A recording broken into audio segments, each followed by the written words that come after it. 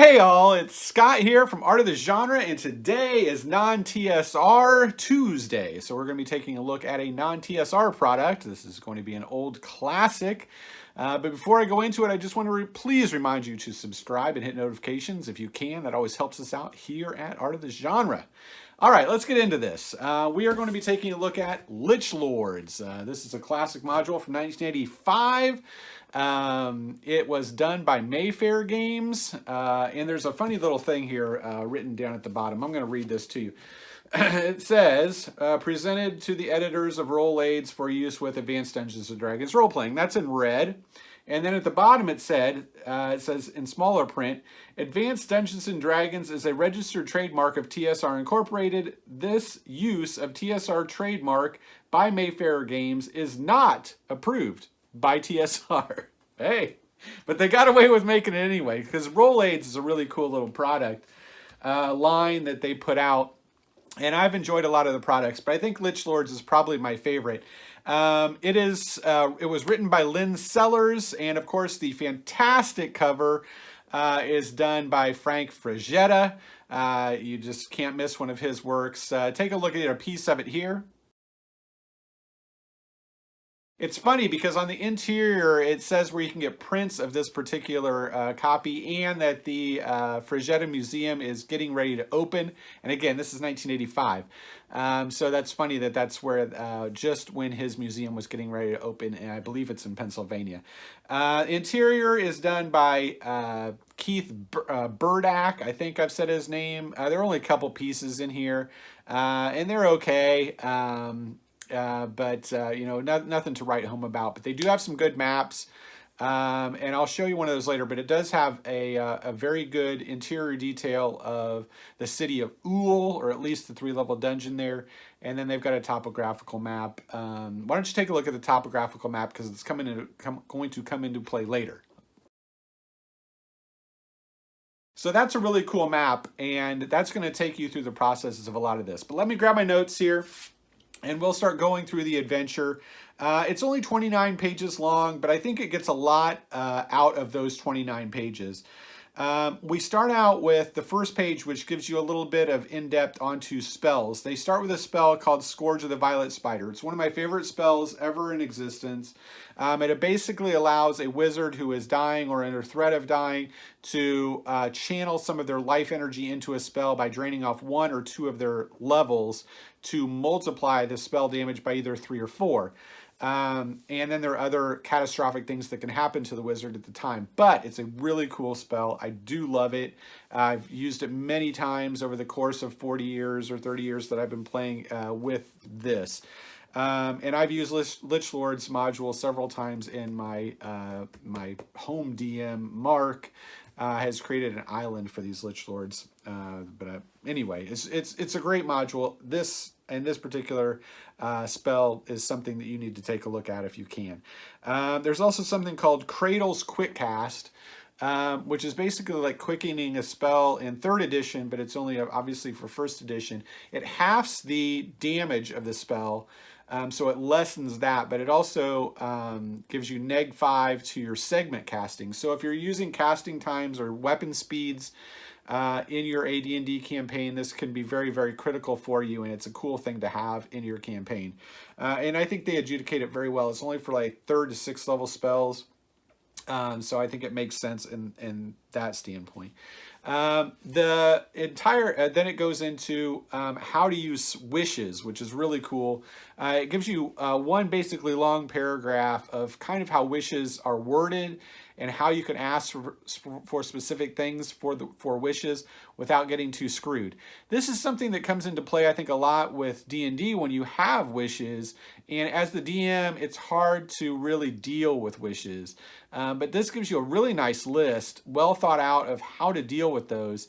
So I suggest if you ever get this, do take a look at that as a DM, because it's probably going to come back to be beneficial to you sometime later in your gaming career, because wishes are one of those weird things where you don't want to get too involved in it, but this gives you a good list of things for that.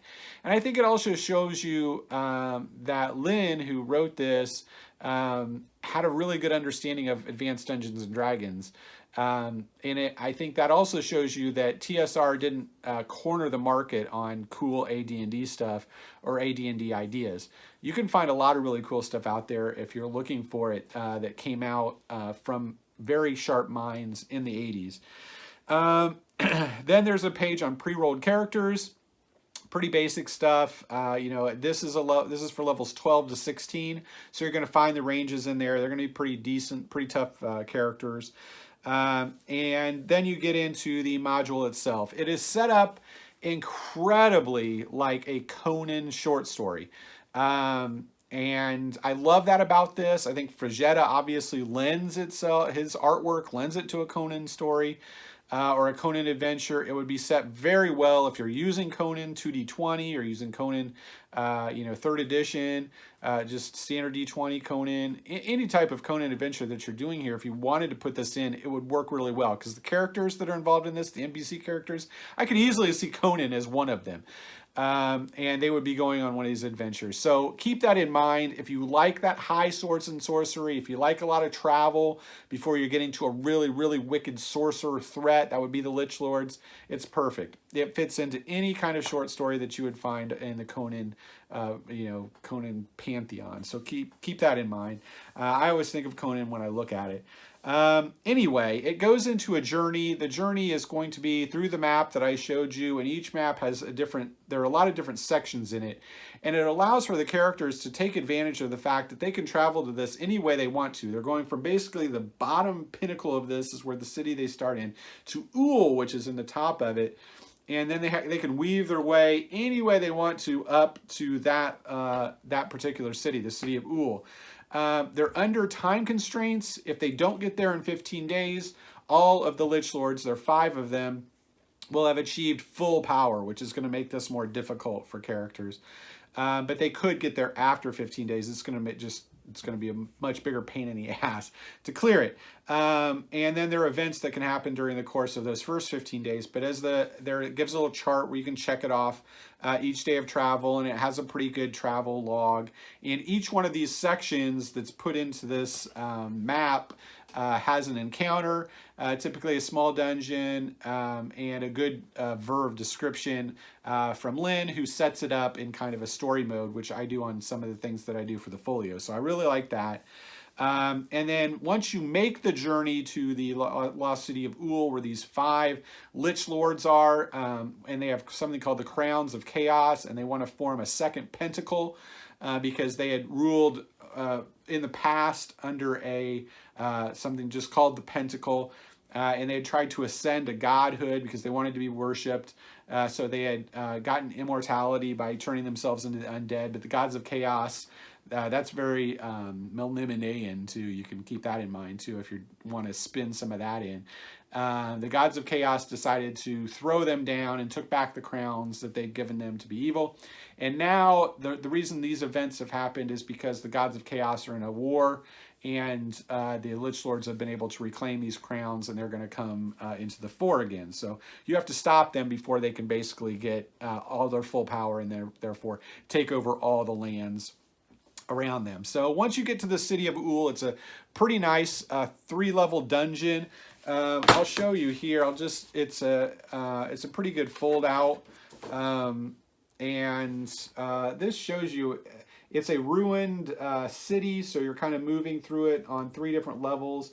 I really like the way it's done. It's set up well. You've got a lot of really high-level monsters in here. Various demons up to a type 5. There's an Archdevil here. There's basically, they call it, they have a name, a Death Soldier, but it's really a Death Knight. It's got power word kill, although I think they call it power word because they can't use kill because that's trademarked. I have no idea. But anyway, power word's listed under his abilities. There's a red dragon in here, and then of course there are the 5 Lich Lords and a Master Assassin. There's some great stuff in here. Great treasure. You're in an old city that had been sunk by the gods. So there's a lot of ruins. I mean, just very, very Conan again. So once you take care of that, you can teleport out before it all collapses in on you.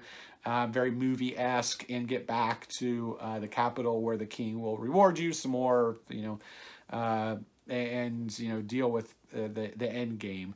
Nevertheless, very well done.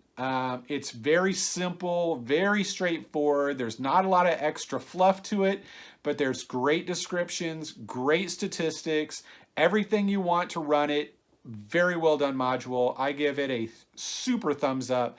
And good job, Mayfair, for putting out this role aid. And kind of taking it to TSR and saying, look, you're not the only people out there that can obviously do, use your mechanic, which again, once the original game license came out, TSR even said, yeah, or Wizards said, just go for it, because it obviously helps sell our own product. Smart, huh? But anyway, that is all I have to say about this one. If you have any other questions on this one, feel free to put them in the comments. I always love answering questions on this particular stuff, especially for the non-TSR stuff, because it's more difficult to find, I think. But when you do find these gems, they really help bolster an AD&D collection, so keep that in mind. Anyway, that's it for today. Hope you enjoyed it. And as always, great gaming.